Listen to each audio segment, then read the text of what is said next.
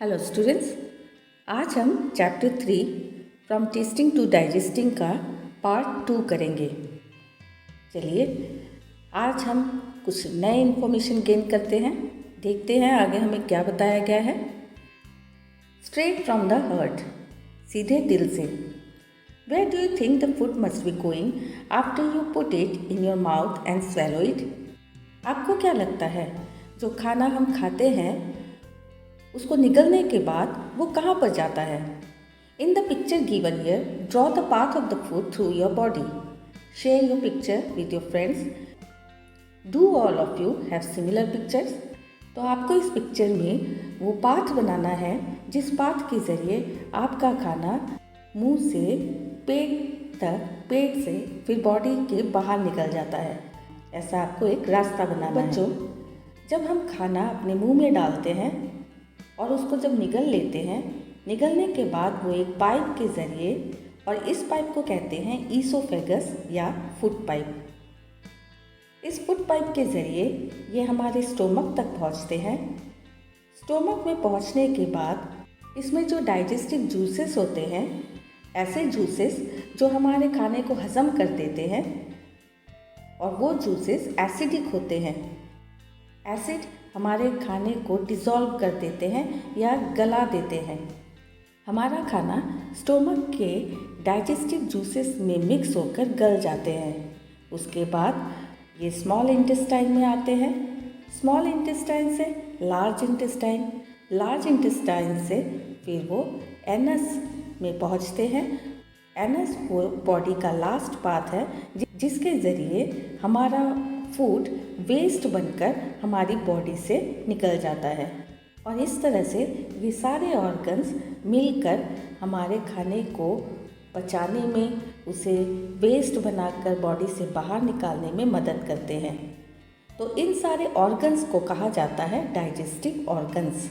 Digestive organs होते हैं mouth, food pipe, stomach, small intestine, large intestine, anus. How do you feel when you are very hungry? How would you describe it? आपको कैसा लगता है जब आपको बहुत भूख लगती है? आप इसको किस तरह से डिस्क्राइब करेंगे, किस तरह से बताएंगे? For example, sometimes we jokingly say, कभी कभी हम हंसी मजाक में कह देते हैं कि I am so hungry I could eat an elephant, कि मैं इतना भूखा हूँ या मुझे इतनी भूख लगी है, मैं एक एलिफेंट भी खा सकता हूँ या खा सकती हूँ। इस तरह की बातें हम तब करते हैं जब हमें बहुत भूख लगती है। कभी कभार हम इस तरह से भी कहते हैं कि पेट में चूहे कूद रहे हैं जब हमें बहुत भूख लगती है।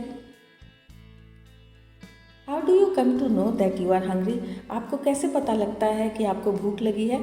जब आपको भूख लगती है तो आपके पेट से गुड़ गुड़ की आवाज़ें आने लगती है, आपको बहुत कुछ खाने का मन करता है ना? Think what would happen if you do not eat anything for 2 days।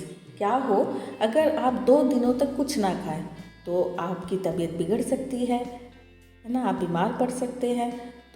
Would you be able to manage without drinking water for 2 days? क्या 2 दिनों तक लगातार आप बिना पानी पिए रह सकते हैं?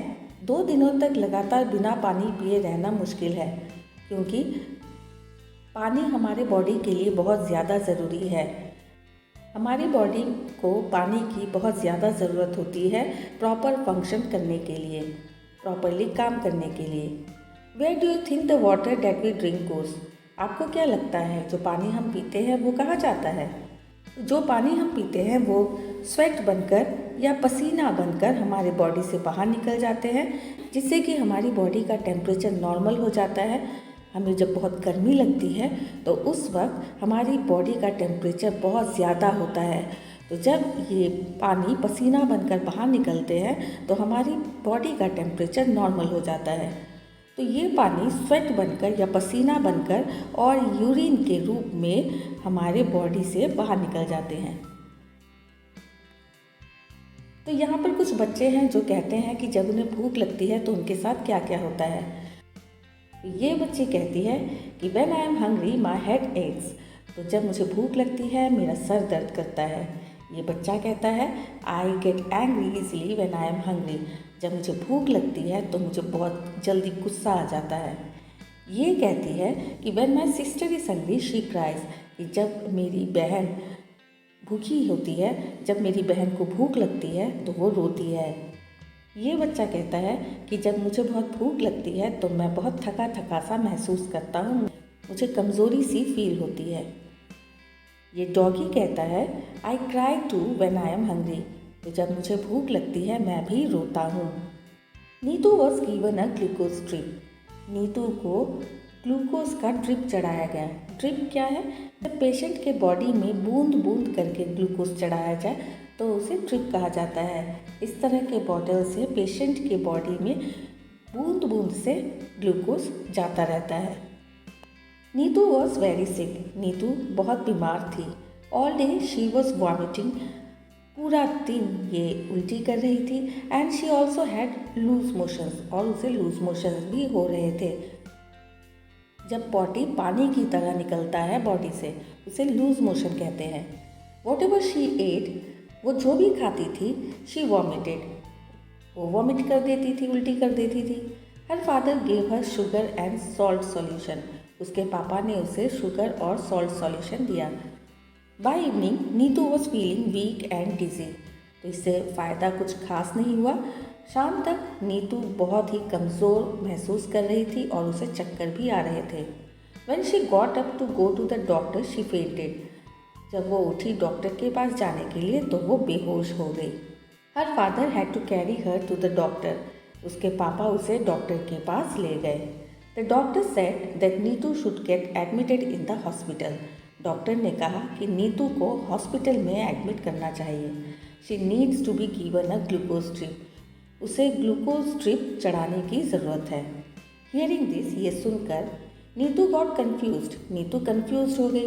She knew that during the games period in school the teacher sometimes gave them glucose to drink, उसे पता था कि स्कूल में गेम्स पीरियड के दौरान टीचर्स उन्हें ग्लूकोज पीने के लिए कहते थे, क्योंकि खेलते वक्त उनके बॉडी से पसीने के रूप में बॉडी का सारा पानी बाहर निकल जाता था। तो इस पानी की कमी को पूरा करने के लिए टीचर्स उन्हें ग्लूकोज का पानी देते थे पीने के लिए। But what was a glucose drip, लेकिन यहाँ तो ग्लूकोज ड्रिप की बात हो रही है, ये ग्लूकोज ड्रिप है क्या आखिर? Doctor aunty explain, doctor aunty ने एक्सप्लेन किया, योर स्टोमक इज़ अपसेट, तुम्हारा स्टोमक, तुम्हारा पेट खराब है। Your body is not keeping any food and water and it has become very week, तुम्हारी बॉडी खाना और पानी दोनों को ही एक्सेप्ट नहीं कर रही, ना तो तुम खा पा रही हो ना तो तुम पी पा रही हो, तुम जो भी खा रही हो या पी रही हो तुम उसे वॉमिट कर रही हो। And it has become very weak, इससे तुम्हारी बॉडी काफ़ी कमज़ोर हो गई है। The glucose drip will give you some strength quickly, glucose drip तुम्हें बहुत जल्दी ही कुछ शक्ति देगा, जिससे तुम्हें कुछ ताकत मिलेगी। इवन विदाउट ईटिंग, बिना खाए भी तुम्हें ताकत मिलेगी। तो ग्लूकोज और ग्लूकोज ड्रिप में फ़र्क क्या होता है? ग्लूकोज जिसे हम पीते हैं, पीने के बाद वो स्टोमक में जाकर अपना काम करते हैं, लेकिन जब कोई पेशेंट ऐसा होता है कि जिसकी बॉडी ना तो खाना ना ही कोई पानी एक्सेप्ट कर पा रही है, या फिर जो ना तो कुछ खा पा रहा है ना कुछ पी पा रहा है, तो ऐसे पेशेंट को ग्लूकोज का ड्रिंक नहीं दे सकते, क्योंकि वो ग्लूकोज लेते ही वो वॉमिट कर देगा। तो इसके लिए ग्लूकोज ड्रिप चढ़ाया जाता है। ग्लूकोज ड्रिप इस तरह के प्लास्टिक के बॉटल से धीरे धीरे पेशेंट के ब्लड में पहुंच जाता है, जिससे कि उसे तुरंत ही एनर्जी मिल जाती है। तो ग्लूकोज पीने से जो एनर्जी मिलने में थोड़ा वक्त लगता है, ग्लूकोज ड्रिप से तुरंत ही एनर्जी मिल जाती है।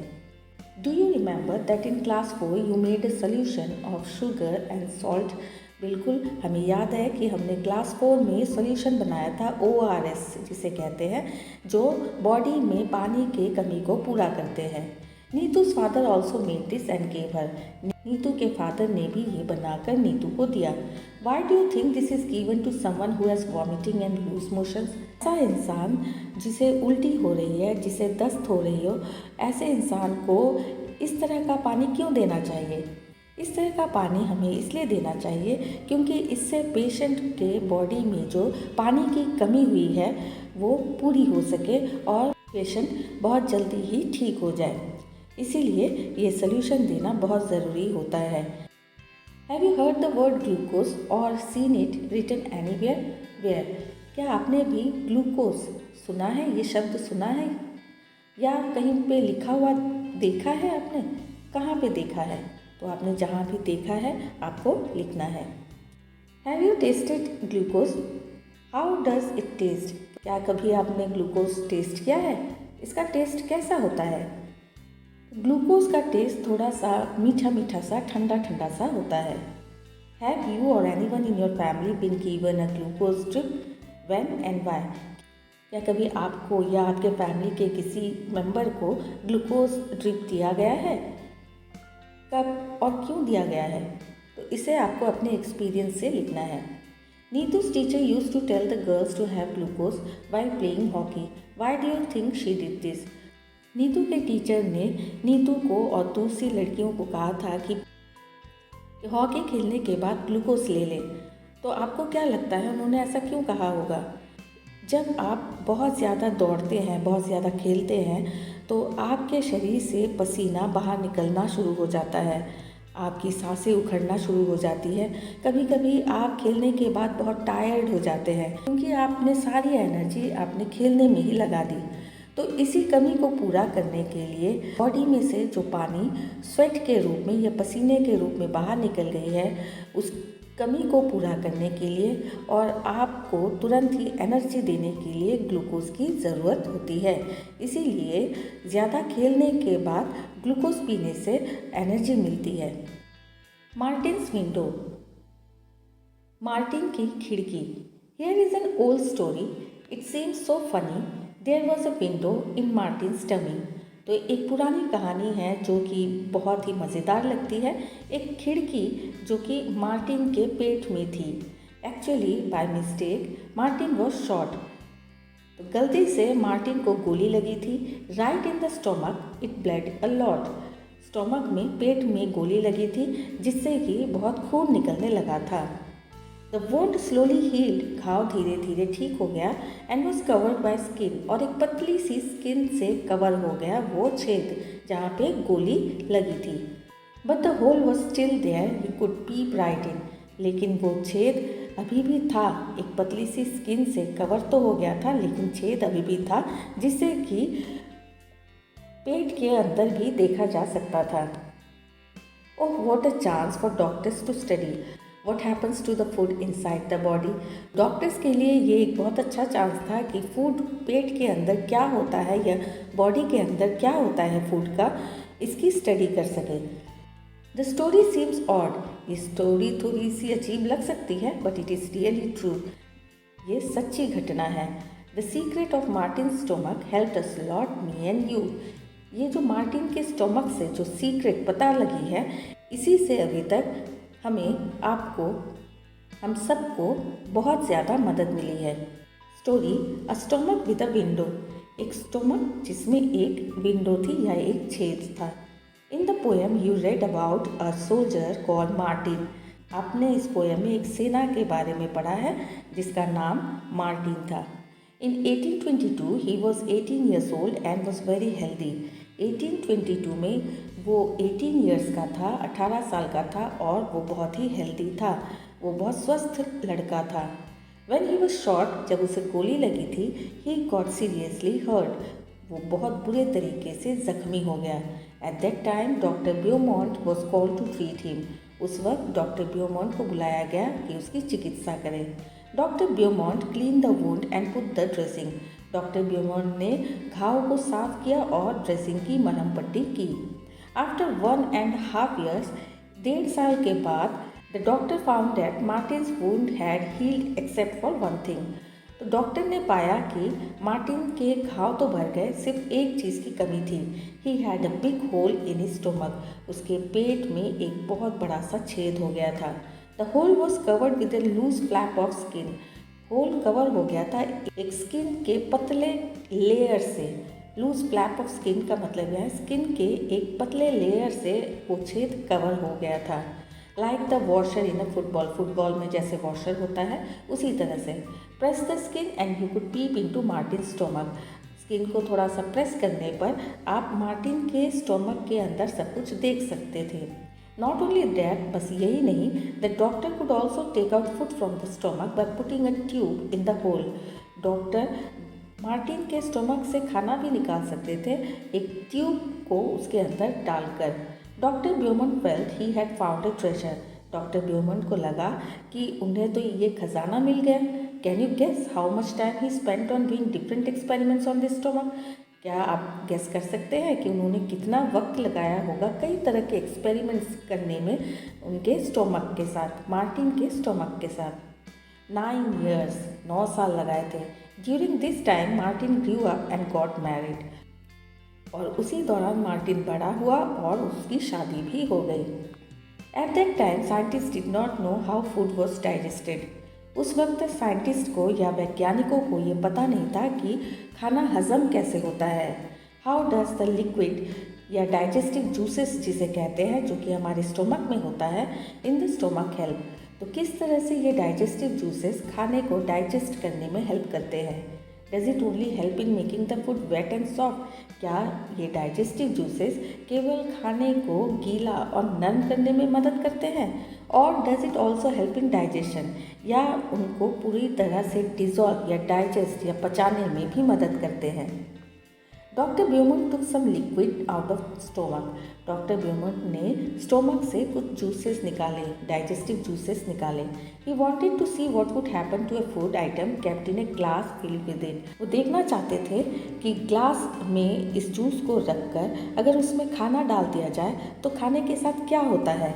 Would it get digested on its own? क्या अपने आप ही वो खाना हजम हो जाता है या घुल जाता है? For this he did an experiment. इसके लिए उन्होंने एक एक्सपेरिमेंट किया। With the help of a tube he took out some digestive juice from the stomach. एक ट्यूब के सहारे उन्होंने थोड़ा डाइजेस्टिव जूस उनके पेट से निकाला। एट 8:30 AM, सुबह 8:30 बजे, he put 20 tiny pieces of boiled fish in 10 millilitre of the juice. सुबह 8:30 बजे उन्होंने 20 छोटे छोटी मछलियों के पीस उस जूस में रख दिए। He kept the glass at the same temperature as that of our stomach. उन्होंने ग्लास को उसी टेम्परेचर में रखा जितनी टेम्परेचर हमारे बॉडी की होती है, about 30 degree Celsius. When he checked at 2 PM, he found that the pieces of fish had dissolved. जब उन्होंने 2 बजे चेक किया तो उन्होंने पाया कि जो मछली के टुकड़े थे वो पूरी तरह से उस डाइजेस्टिव जूस में घुल चुके थे। Doctor Beaumont tried this experiment with different food items. उन्होंने इस एक्सपेरिमेंट को कई तरह के फूड आइटम्स के साथ भी दोहराया। He gave Martin the same food at the same time, and when compared how long it took for food to be digested in the glass and in Martin's stomach, उन्होंने Martin को जो खाना दिया था उसी खाने को उन्होंने ग्लास में रखा और वो ये देखना चाहते थे कि मार्टिन के स्टोमक में खाना जल्दी पचता है या उस ग्लास में जल्दी पचता है। यानी कि डॉक्टर ब्यूमॉन्ट ये देखना चाहते थे कि ग्लास में रखे हुए जूस में खाना जल्दी डिज़ोल्व होता है या मार्टिन के स्टोमक में वो खाना जल्दी डिज़ोल्व होता है। तो उन्होंने अपने ऑब्जर्वेशन को रिकॉर्ड किया। उन्होंने देखा कि जब उन्होंने मार्टिन को अनबॉइल्ड मिल्क दिया तो स्टोमक में उसे 2 घंटे 15 मिनट लगे पचने में, जबकि जो ग्लास में उन्होंने रखा तो उसमें 4 hours 45 minutes लगे डाइजेस्ट होने में। उसी तरह से बॉयल्ड मिल्क उसे 2 घंटे लगे स्टोमक में, जबकि ग्लास में 4 hours 15 minutes लगे।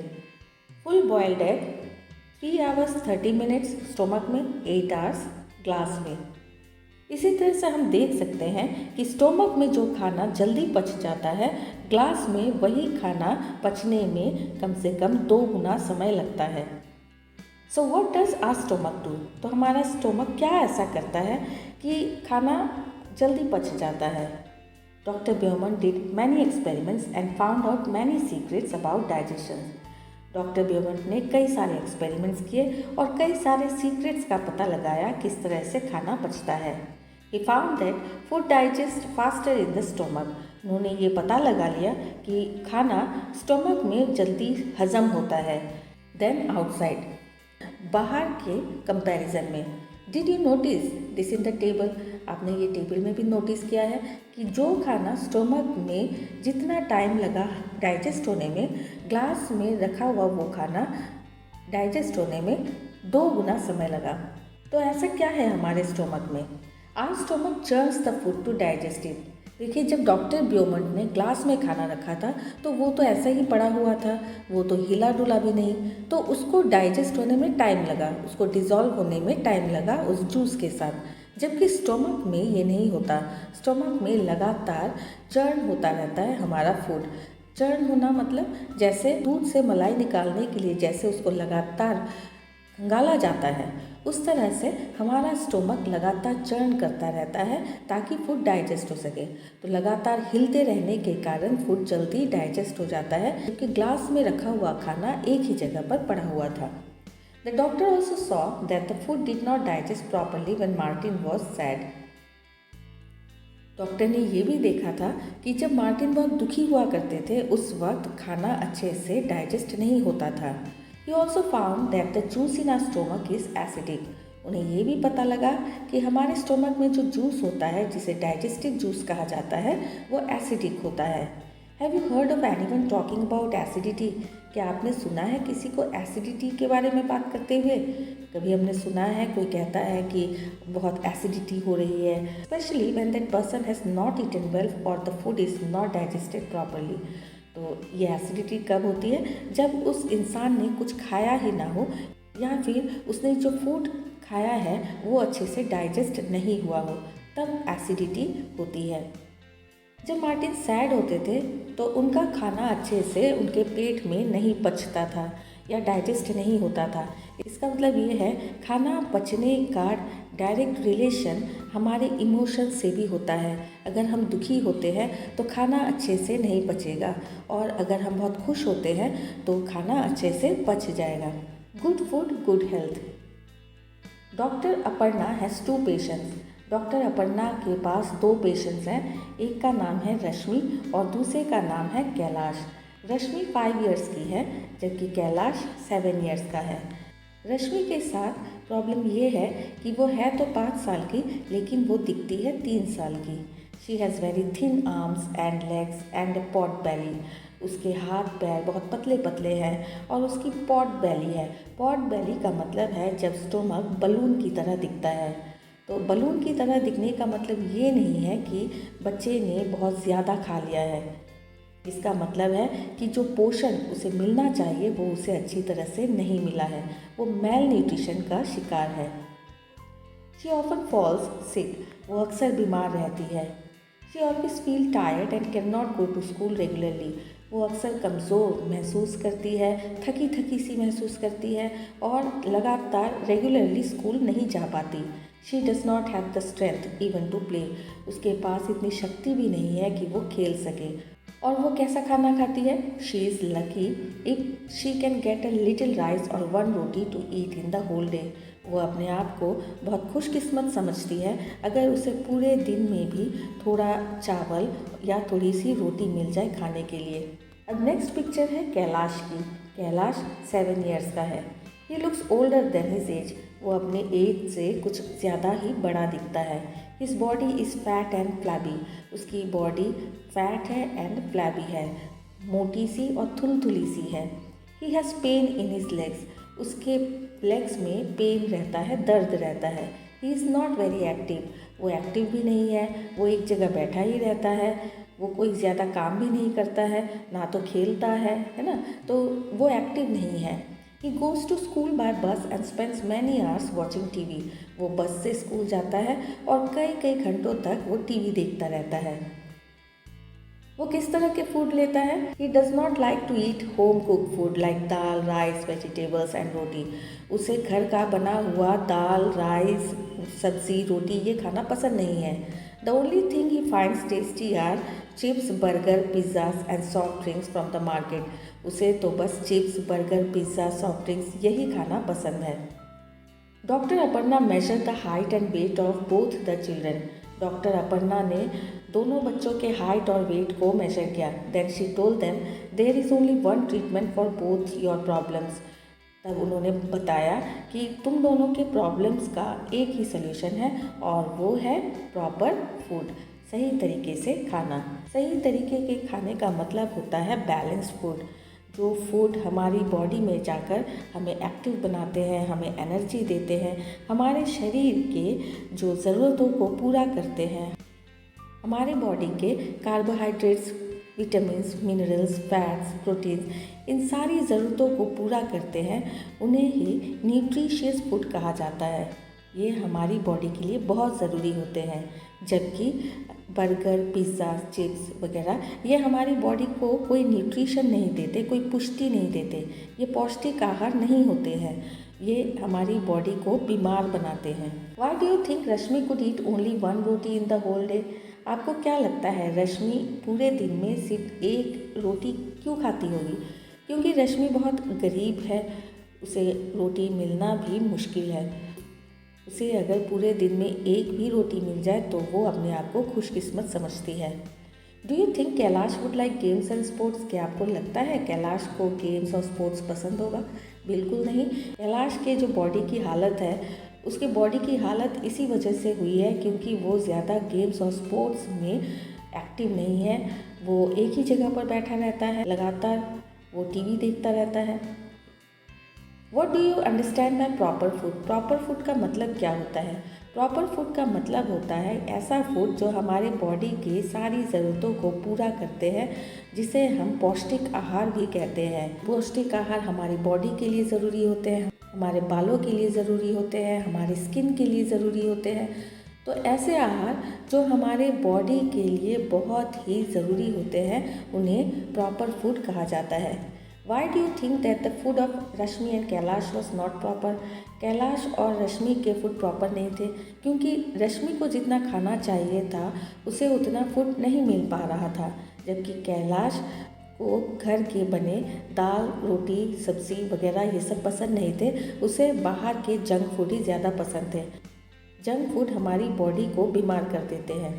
Proper food every child's right. Proper food हर बच्चे का अधिकार है। You have read about 2 children. आपने 2 बच्चों के बारे में पढ़ा है। One is Kailash who does not like homemade food. एक तो कैलाश जिसे कि घर का बना खाना पसंद नहीं है। Other one is Rashmi who does not even get one proper meal a day. और दूसरी है रश्मि जिसे कि एक प्रॉपर मील भी पूरे दिन में नहीं मिल पाता है। About half the children in our country are like Rashmi. ज़्यादातर बच्चे हमारे देश में रश्मि की तरह ही हैं, गरीब हैं या गरीब के बच्चे हैं जिन्हें अच्छे से खाना नहीं मिल पाता है। They do not get enough food that they need to grow and develop properly. उन्हें इतना भी खाना नहीं मिल पाता है कि जिससे वो अच्छे से बढ़ पाए। These children are weak and sickly, often ill in poor health. ये बच्चे बहुत ही वीक होते हैं और ये अक्सर ही बीमार रहते हैं। But it is the right of every child to get proper food. लेकिन प्रॉपर फूड या न्यूट्रिशियस फूड पाना हर बच्चे का अधिकार है। Do you know any child who does not get enough to eat in the whole day? क्या आप भी किसी ऐसे बच्चे को जानते हैं जिन्हें कि पूरे दिन में एक वक्त का खाना भी अच्छे से नहीं मिलता है? What are the reasons? क्या कारण है कि उन्हें एक वक्त का खाना भी अच्छे से नहीं मिल पाता है? इसके पीछे कारण होगा उनकी गरीबी, इसीलिए उन्हें अच्छे से एक वक्त का खाना भी नहीं मिल पाता है। Y do you think people suffer from starvation? आपको क्या लगता है पीपल भूखमरी का शिकार क्यों होते हैं? भूखमरी का शिकार इसलिए होते हैं क्योंकि उन्हें खाना नहीं मिलता है। कई गरीब लोग हमारे देश में ऐसे हैं कि जिन्हें पूरा दिन बिना खाए पिए गुजारना पड़ता है। बिना खाए पिए कोई भी बहुत दिनों तक ज़िंदा नहीं रह सकता। इस तरह से बिना खाए पिए ज़्यादा दिन तक रहने से कई लोगों की मौत भी हो जाती है। What kind of health problems occur when we do not get enough food for a very long time? किस किस तरह के प्रॉब्लम्स होंगे जब आपको कई दिनों तक खाना नहीं मिलेगा? कई तरह की प्रॉब्लम्स हो सकती है। बीमार पड़ सकते हैं, कमज़ोरी आ सकती है, चक्कर आ सकता है, तो कई तरह की प्रॉब्लम्स हो सकती है। तो इस तरह से हमारा ये चैप्टर यहाँ पे फिनिश होता है। उम्मीद है आपने ये चैप्टर बहुत अच्छे से समझ लिया होगा। अगर ये वीडियो आपको पसंद आया है तो please like, share and subscribe ज़रूर कीजिए। मिलते हैं एक नए चैप्टर के साथ। Bye students.